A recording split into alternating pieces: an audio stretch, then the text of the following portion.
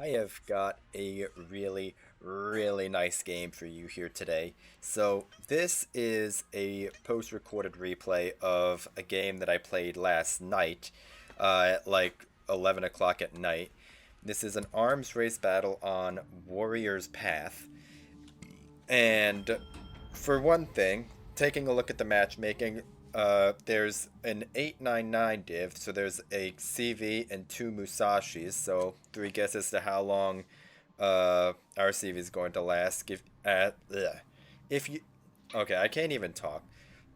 You know what an 899 spawn peak div is. If you don't, it will kill a carrier in like 2 minutes. So there you go.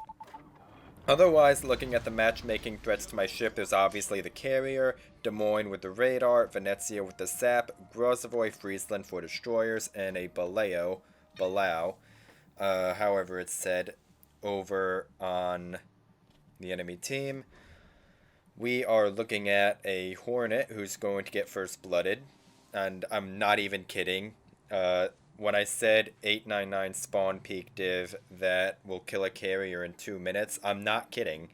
Because the carrier is just going to spot the our friendly carrier or enemy carrier, depending on which team you're on in relation to the div. But the entire goal is to kill a carrier. That's it. And never mind me just admiring the snow effects on my ship there. Anyway, what I'm looking at right now is we're currently being located by two. We know it's not going to be both destroyers because they're not in a division together, so there's at least one destroyer and one cruiser over here. And right now I'm just hoping that it's not going to be the Venezia, because Venezia's sap is not something that I want to deal with. But luckily, Venezia does get spotted over on the opposite side of the map, so that helps me out. And there's a Montana. There's our two enemy Musashis over there. And yeah, I mean, you saw what our held carrier was on. And right here is when I get spotted. And it actually takes me going like a little bit of ways into the island for me to be able to spot or go dark whatever was spotting me. So that's telling me that whatever it was is probably over here in that regen buff, because they still had line of sight for me from right there, like right around that little area of the island, which they wouldn't do if they were like over here. Loading armor piercing for this broadside Montana, and also as you just saw, the health regen buff just got picked up by the enemy team, so that tells me that there is in fact a destroyer over there. Our carrier just got first blooded, if you were paying attention. It happened like 20 seconds ago, I didn't talk about it. But yeah, we're about to be playing this game without a carrier, basically, so this is going to be an uphill battle. His torpedo spotted. And there's the ship that launched them. He immediately smoked up, and I'm in a very perilous position here. I'm caught bow in, and that is an HE firing Montana. And he actually did switch to HE just to do that. So that's telling me that I'm probably going to have a much harder time fighting this guy, because he's at very least somewhat half hands. There's the destroyer smoking up. I just have to snap a shot off. It's not the greatest firing angle, but I just had to snap the shot off because of the island. It was either a suboptimal angle or just no angle. And right here is also the exact reason why I don't run AFT on this ship. I was kiting away from that Montana, and I still had like 10 or so seconds before I could go dark, but because I left my maximum gun range and everything else was in smoke, I was able to just go dark immediately. So that is a very powerful ability that some ships like this are able to employ or abuse if you have a shorter gun range. So even for full-on gunboats like the Marceau, taking no range modifiers might be the play depending on how you like to play your ship. Some people do like to run AFT on Marceau. I personally don't, because I like to play concealment games with larger ships. And speaking of larger ships, that is a Des Moines, which is less than optimal. Now I actually could have gone dark here, when I was getting hard spotted there and that Des Moines was there, I was like, okay, I'm probably not going to be going dark. Because this destroyer is probably going to be hard lighting me. So of course I go dark the millisecond right before I pull the trigger, before my brain can like retract the command to take away the shots, the order to fire. But you know, it is what it is. And right here we see the short gun range coming into play again. Although I'm not positive if that's due to the island or the gun range, to be totally fair. But right now what I'm looking at is that I don't know the status of that Des Moines radar, but I'm trying to just get away from it in case it does radar. I can just turn away. I can turn out and around like that in case I do get radared. I will take some damage, but hopefully I should be okay if I get radared. And that was the plan until I saw this Montana pushing in. And looking at that Montana, I'm expecting he's just going to walk down the 10 line to try and get shots into this channel. So I'm about to launch some torps to try and cut that route off. And my plan right now is for these torps, if they hit the Montana and cause a flood, I want to be able to spam some HE in his direction and get a fire burning on him. So of course, as soon as I launch the torps, this Montana starts to turn out. So I'm just like, well, okay, whatever. His guns aren't even facing this direction, so I'm just going to farm. And that's what I'm about to do. The Grozavoy does open up on me. He is pretty annoying, if I'm being honest. But here we go. Short gun range. I am now undetected. And you can see the Kitakami smoke, and you just saw his torpedoes go by right there. Those cannot have been Grozavoy torpedoes because they were coming from like this sort of angle. So that Kitakami probably was pretty close to that Montana, launched torps, and then turned with the Montana. I'm honestly not sure why they smoked up there, but you know, whatever. And right now, I'm looking at a Grozavoy, a Des Moines, a Kitakami, and a Montana about to walk at me. So what I'm looking at right now is I want to get onto the 10 line right here so I can kite pretty much just straight south if I need to. Now if you were paying attention right there, RPF did just switch off of myself. I'm pretty sure that is the Kitakami RPF bouncing in between me and one of these guys over here. So that's giving me the idea that that Kitakami is probably somewhere around here and moving down. Des Moines gets pops his radar, and that actually spots the Grozavoy. And I'm pretty sure that's the Grozavoy RPF. Actually, yes, it in fact is. It just switched to me. Now this Grozavoy just beached while being radared. So, oof. This poor man. I don't think that radar is still up now. I think it expired. So this Grozavoy could have or should have smoked up if able. But, you know, he's not doing that, and as a result, he is going to live on 1 health or not. He's going to die. Now, right here, I'm faced with a decision. I could keep shooting at this Kitakami, or I could just let my Des Moines shoot at him from the middle, because you can see where my Des Moines is. He's pushing into this channel, and he can do that to a Kitakami because, well, it's a tier 4 hull on a tier 10 ship. So, it eats citadels because, well, it's a tier 4 hull against Des Moines armor-piercing shells. Now, I'm not expecting this Des Moines to live, because if you look at where he has a Musashi, well, 2 Musashis actually, about to shoot him. He has a Montana just running at his head. He is not going to survive this. So what I want to do right now is I just want to put as much damage onto this Montana as possible. And you can see he is broadside, so I do have my armor piercing loaded. And Marceau AP, this hits so incredibly hard if you can hit your shots. which is not what I did there. I bounced all my shots there, but I mean, now that I've kind of found my lead a little bit, you can see the amount of damage that this armor piercing can do. And this is arms race as well, so these buffs are coming in very much handy, especially this HP regeneration one. This HP regen is so incredibly valuable in this game, but in particular, really just in general, because not all ships have heals. Most tier 10 cruisers do, all tier 10 battleships do, but for destroyers, carriers, and submarines, for the most part, what you have is what you have. So having something that's able to recover health in ships that otherwise would not be able to is incredibly valuable. And even for ships that do have their own heals, being able to recover HP without using consumables is also, it's just a really strong ability.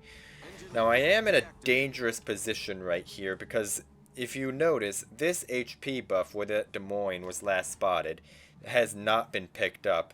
So what I'm really worried about is that Des Moines having walked down the 8-9 line and wrapping around me like there, and then I would have to just move forward in front of the Montana, which if he has HE loaded could honestly be the end of me, but it didn't end up happening. And I didn't mention it when it happened because I was talking about the 8-9 thing, but the Des Moines did start flipping A. And as soon as A was flipped and nothing was spotted, they obviously have no destroyers and no submarine left, so that immediately tells me that it's the Des Moines, because everything else has already been accounted for. And I have to tank this radar, but luckily I do have this very, very handy island in between me and the Des Moines. And this spotter plane right here, I'm really thinking this Montana might try and walk out at me. So I've launched torps on that corner in case that Montana tries to peek, and I'm heading in this direction to maybe try and get that Montana to get greedy and push out and try and clear the island to get a shot on me, which doesn't end up happening, but that was the intent behind those. And now my goal is just to get as far away from possible, or at very least get a safe distance as possible from these two ships. And of course there's the Montana. Honestly, if I held those shots those torpedoes a little while longer that first set, those would have nailed that Montana. So, you know, could have, should have, would have, didn't. But here we see that famous Marceau AP at work. Even against a semi-angled target like this Montana, you can see the amount of damage that this armor piercing can do. And this Montana is still shooting HE like a cheater. Imagine being a non-British battleship and spamming HE by the way. Now here I'm actually kind of brain farting my aim a little bit. I need to aim a little bit higher and get pens on his upper deck, or his superstructure and upper belt rather. And because I'm not aiming high enough, you can see the amount of non-pens and bounces that I was getting there. And because of that, he does get another shot off. So that is a bit of a misplay by me. But at the same time, when you're in a position like that, you're not exactly thinking of the very small adjustments in aim. You're thinking, oh my fucking god, there's a Montana at like 8 or 9 kilometers shooting HE at me in a 1/3 health destroyer, and you're just trying to pump as much lead into that Montana as possible. So that's what that was all about. I could have aimed better and I should have killed him a little bit faster. I didn't need to take that damage, but you know what? I'm still alive. He's not. That's about the best I can ask for. And here you can see the 3 tiers of HP regeneration. You can see how much work this is putting in. 40 health per second. Well, actually it looks, yeah, 40 health per second. That's actually a very substantial amount because you can see how quickly that health is ticking back up.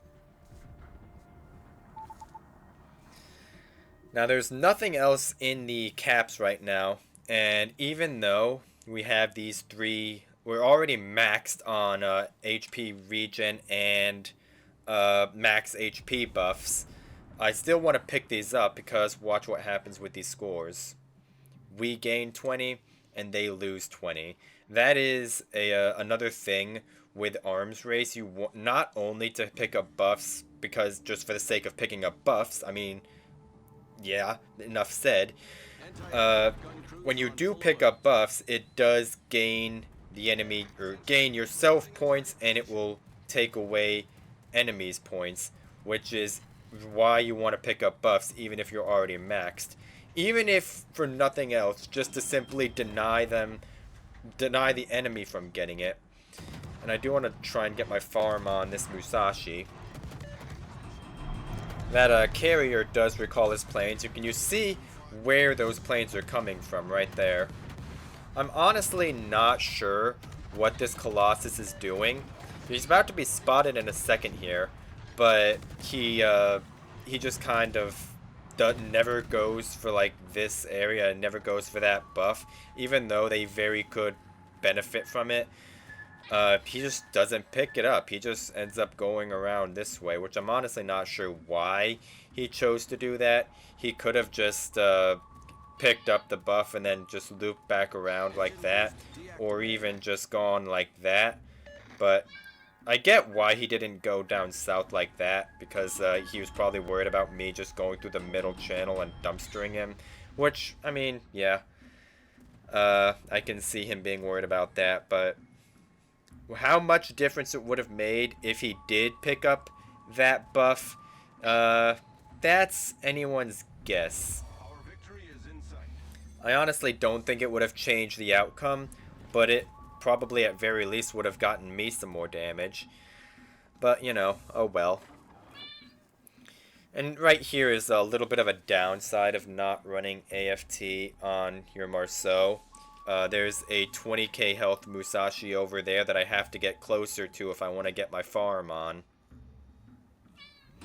But I'm just going to go around south of this island, and I want to try and get some damage on this Musashi. And I consider shooting at the carrier there, but honestly it's not worth it. And this Shiki, I'm actually going to be getting really annoyed with this Shiki. Ain't that right, Stu? I'm going to be getting really annoyed with his Shiki because he just basically fed into a Musashi and an ARP Yamato, and then he wants to backseat game the rest of the game, so, you know, fuck that guy. He gets really annoying. Do manage to pick up the kill on the Musashi, and the Stalin is about to, I think that Stalin is who just put it in that guy. You saw you just got like 20k'd. I'm pretty sure by that, well actually it has to have been by the Stalingrad. And yeah, this Shiki's still talking, he's still running his mouth, being annoying. And watch this. 6 shells, almost over 30k damage. He does end up dying to the crackback of the Yamato, but still that was a pretty big hit. And we're not going to be able to take this cap because, of course, it's everyone's favorite class. Here comes the planes. And getting this cap is basically not feasible when there's a carrier in play and I'm in a ship that doesn't have a smoke screen and we don't have a carrier because ours got first blooded. I'm just going to pick up this buff right here, take away some points from the enemy, and, well, just shoot down some planes. And what I really want is I want to try and get some damage on this Yamato. I'm honestly kind of hoping, or I was kind of wishing rather, that Stalin didn't get that big hit on the Yamato, because it would have been more damage for me. But, you know, oh well, whatever. You do get one torp hit, which didn't cause a flood, unfortunately. But, you know, torp hit's a torp hit. It is citadel damage, and it's going to be health that he's not going to be able to heal. So, looking at what's going on right now, all I need to do is stay alive, and we've won this game. We have a massive points lead. The submarine can dive under everything, so I'm not too worried about us losing unless the submarine just completely throws. But the Baleo has played decently up to this point as far as I've seen. He's surfaced when he's able. He's not wasting batteries, so I trust that he would have not thrown. Especially with only 30 seconds left in the game. And I'm just going to put it in this Yamato. And this reload in arms race is really nutty. This Yamato does actually load HE for me, which is really annoying. But, you know.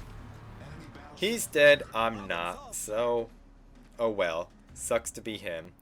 I really wish he didn't get that hit on me, but again, I'm alive. He's not, so oh well. This timer's about to tick down, and this is going to be a victory for us after we lost our CV in literally the first 2 minutes of the game. So, yeah. This was a bit of an uphill battle. I was actually kind of worried we were throwing when we lost, I think, the Shiki, and it was another ship. I don't remember which one it was, but our Shiki basically donated, and then one other ship donated. I think it might have been the Des Moines. I don't remember, but I was actually kind of worried we were throwing this, and we ended up not, because our Stalin was able to put it into their remaining ships. Their CV didn't really do anything in the later half. I mean, he killed the Kitakazi, but that was about it.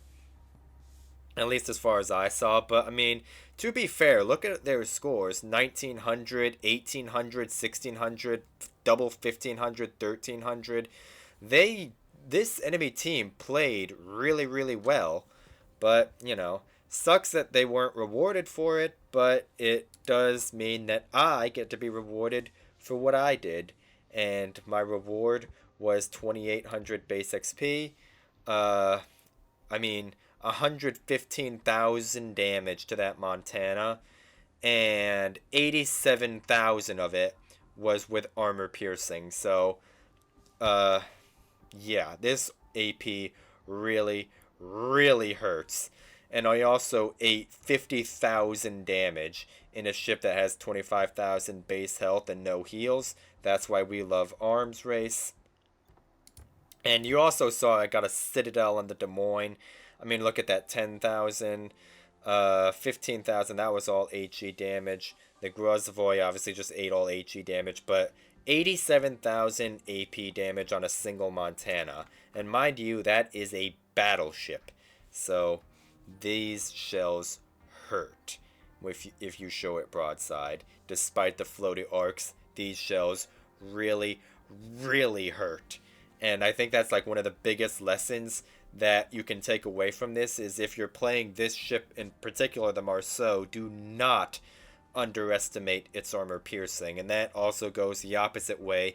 If you're playing against one, don't underestimate that armor piercing, because it can hurt really bad. But anyway, I think that is going to be enough for today. I hope you've enjoyed this game as much as I did when I was playing it, and I will see you tomorrow.